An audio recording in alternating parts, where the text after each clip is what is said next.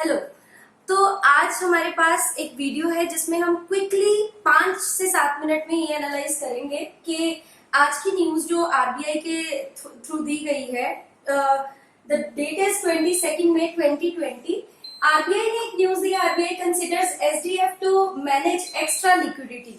अब ये एसडीएफ के ऊपर रहेगा वीडियो। एसडीएफ है क्या? This standing deposit facility. अब किसके लिए करा गया? एक्स्ट्रा लिक्विडिटी के लिए। लिक्विडिटी का मतलब क्या है? कितना कैश अवेलेबल है हमारी कंट्री के अंदर, कैसे ये कैश घूम रहा है। एक तो हम लोग अर्न करते हैं और एक हमारा वही अर्निंग्स जब हम सेविंग्स करते हैं तो बैंकिंग सिस्टम में चला जाता है और वही लिक्विडिटी हमें देने वाला है सेंट्रल बैंक। उसके थ्रू ही करेंसी प्रिंट की जाती है। उसी के पास सोल अथॉरिटी है करेंसी प्रिंट करने की, लिक्विडिटी देने की। ठीक है। और वही लिक्विडिटी जब हमारे पास आती है, जितनी जरूरतें हो वो हम मार्केट में खर्च करते हैं तो वो लिक्विडिटी मार्केट में घूमती रहती है और जो बाकी बच जाता है वो हम बैंक में दे देते हैं, अपने बैंक्स में डिपॉजिट करवा देते हैं, जो होते हैं कमर्शियल बैंक्स। ओके। अब ये वाले बैंक्स ना सिर्फ हमारी सेविंग्स को एक्सेप्ट करते हैं बल्कि ये एक और काम करते हैं। जिन लोगों के पास पैसे अवेलेबल नहीं है, कम है, पर वो कंज्यूम करना चाहते हैं, उनको लोन्स की फैसिलिटी प्रोवाइड करते हैं। ये सब हम जानते हैं। ओके। इसी को मैनेज करने के लिए एक तो लिक्विडिटी आएगी सेंट्रल बैंक की तरफ से और एक लिक्विडिटी जो क्रिएट करते हैं, जिसे हम क्रेडिट क्रिएशन का प्रोसेस कहते हैं, वो करते हैं हमारे कमर्शियल बैंक्स क्रिएट। अब अगर पैसा मार्केट के अंदर ज्यादा हो जाता है तो लोगों के हाथ में पैसा ज्यादा आने के कारण उनकी डिमांड्स बढ़ने लगेंगी। सिंपल लैंग्वेज में बता रही हूँ, आपके पास पैसा ज्यादा हो तो आप ज्यादा खर्च करेंगे। अगर ज्यादा खर्च करेंगे तो जितनी जल्दी आपके हाथ में पैसा आता है उतनी जल्दी मार्केट के अंदर चीजें नहीं बन पाती हैं। तो एक मिसमैच आ जाता है। जो आप मांग रहे हो वो मार्केट में अवेलेबल नहीं है तो ऑब्वियसली जो बंदा है वो उसके एडवांटेज लेने के लिए क्या करता है, उसके प्राइसेस इंक्रीज करने शुरू कर देता है, मतलब इन्फ्लेशन आने का चांस रहता है।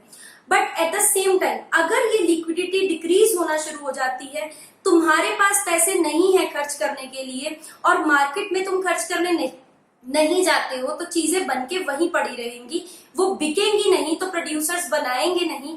तो अगर वो चीजें नहीं बनाएंगे तो उनको 4 फैक्टर्स ऑफ प्रोडक्शन को एम्प्लॉय नहीं करना है। अगर वो नहीं करते हैं एम्प्लॉय तो लोग अनएम्प्लॉयड होके इनकम नहीं होगी, फिर से वो मार्केट में नहीं जाएंगे खर्च करने के लिए। तो इस तरह से एक बहुत बड़ा स्टॉक इकट्ठा होना शुरू हो जाएगा चीजों को, जो धीरे धीरे हमें रिसेशन से लेके फिर डिप्रेशन की तरफ ले जाएगा। तो दोनों ही तरफ लिक्विडिटी को मैनेज करना एक रिस्पॉन्सिबिलिटी बन जाती है हमारे हर सिस्टम के मेन सेंट्रल बैंक की। तो उसी को मैनेज करने के लिए एक नया स्टेप था जो कि Urjit Patel committee, monetary policy committee ने 2014 में ये इंट्रोड्यूस किया, जिसका कनेक्शन है और ये ऑलरेडी आरबीआई एक्ट में 2018 में शामिल कर लिया गया है। इसका कनेक्शन 2 रेट्स के साथ है, एक है रेपो रेट और एक है reverse repo rate. Repo rate का मतलब रीपरचेज रेट। अब जैसे सेंट्रल बैंक जो है वो बैंक्स को लाइसेंस देता है काम करने के लिए और ऑब्वियसली उनकी जरूरत भी है मार्केट के अंदर। तो होता क्या है, कई बार इन बैंक्स के पास, कमर्शियल बैंक्स के पास फंड्स की कमी पड़ जाती है। मैं ये बोलती हूँ कि जो हमारा सेंट्रल बैंक है वो बैंक हुआ फादर और ये जितने कमर्शियल बैंक्स हैं जिनको लाइसेंस मिलता है सेंट्रल बैंक से काम करने के लिए, तो वो हो गए उनके बच्चे। जब भी बच्चे प्रॉब्लम में होते हैं तो वो किसके पास जाते हैं? फादर के पास। एग्जैक्टली ऐसे होता है।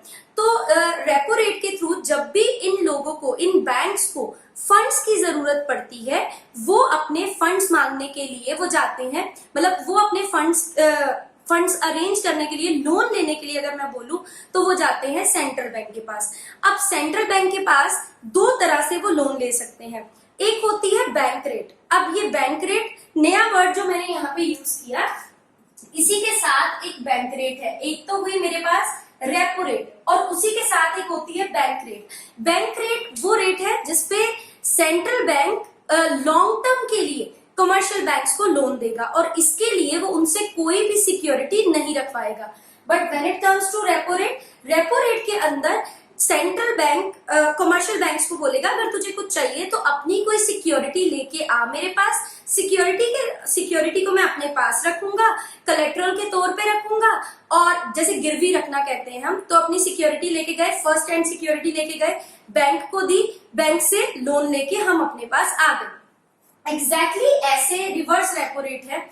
कई बार इन्हीं कमर्शियल बैंक्स के पास जब लोग लोन लेने नहीं आते हैं, इन्होंने इतना बड़ा स्टाफ रखा हुआ है, एसबीआई में इतना स्टाफ है, इतनी वैकेंसीज वो निकालते हैं, वो खर्चे कहाँ से, एक तो हमारा पैसा वो संभालते हैं और हम ही को रेट ऑफ इंटरेस्ट भी वो देते हैं।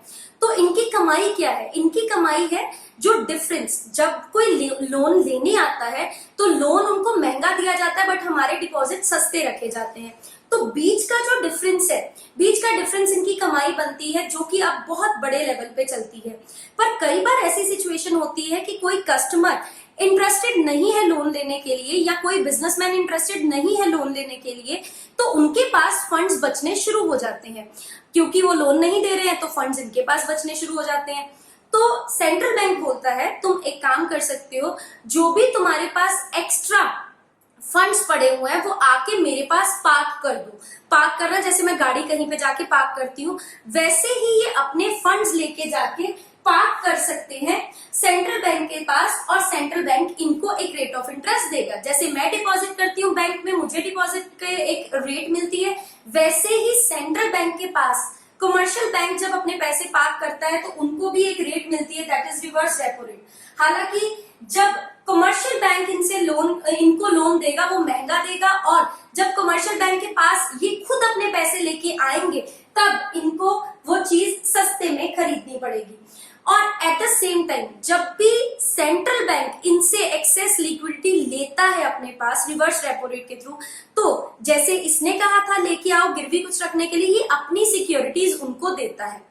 ठीक है, अब यहाँ पे प्रॉब्लम क्या आ रही है कि इस टाइम पे जब कोई भी लोन लेने को रेडी नहीं है और उनके पास इतनी लिक्विडिटी, बैंकिंग सिस्टम में इतनी लिक्विडिटी चल रही है, वो इस रिवर्स रेपो रेट के चलते अपने फंड्स पार्क करने के लिए भाग रहे हैं आरबीआई के पास। अब आरबीआई के पास बॉन्ड होल्डिंग कैपेसिटी, अब यहाँ प्रॉब्लम है। आरबीआई की अपनी एक बॉन्ड होल्डिंग कैपेसिटी है जो कि ये बॉन्ड्स रखती है अपने पास, वो है 9 ट्रिलियन की। ठीक है, और जिसमें से 2 ट्रिलियन इसको अपने पास एज अ बफर स्टॉक रखना पड़ता है, क्योंकि वो भी गवर्नमेंट का बैंक है, कहीं वो दिवालिया ना हो जाए, उसको अपने पास अपने पैसे रखने पड़ते हैं। तो उसमें से ऑलरेडी बैंक्स कितना पार्क कर सकते हैं? 2 ट्रिलियन। 2 ट्रिलियन क्या है? वो बैंक अपने पास रखेगा कि भी मेरे पास बफर होना चाहिए। 7 ट्रिलियन के वो उनको पार्क करने की फैसिलिटी दे सकता है रिवर्स रेपो रेट के चलते। बट 18 मई को ये न्यूज आई कि 7.13 ट्रिलियन ऑलरेडी इन्होंने अपने बैंक्स में आरबीआई में जाके पार्क कर दिए। इसका मतलब उसके पास बॉन्ड्स की शॉर्टेज हो रही है। अब किया क्या जाए? तो इसके थ्रू ये वाली फैसिलिटी आ रही है, स्टैंडिंग डिपॉजिट फैसिलिटी, जिसके अंडर आरबीआई इनके एक्स्ट्रा फंड्स को ले भी सकता है और इसके अगेंस्ट इनको कोई बॉन्ड्स भी नहीं देगा। तो ये हुई। और एट द सेम टाइम जहां पे रिवर्स रेपो रेट थोड़ी ज्यादा रहेगी स्टैंडिंग डिपॉजिट फैसिलिटी के अंडर, अगर आरबीआई इनको बोलता है कि तुम्हें अगर अपने एक्सेस फंड आके मेरे पास पार्क करने हैं, तुम्हारी मर्जी, मेरे पास इसके अगेंस्ट तुम्हें बॉन्ड्स देने को नहीं है, तुम्हारी मर्जी है तुम आओ, बट रेट भी इससे कम मिलेगा। At present reverse repo rate 3.35% चल रहा है और आज ही सुबह रेपो रेट को रिड्यूस करके 4.4% से नीचे कर दिया गया 4% पे।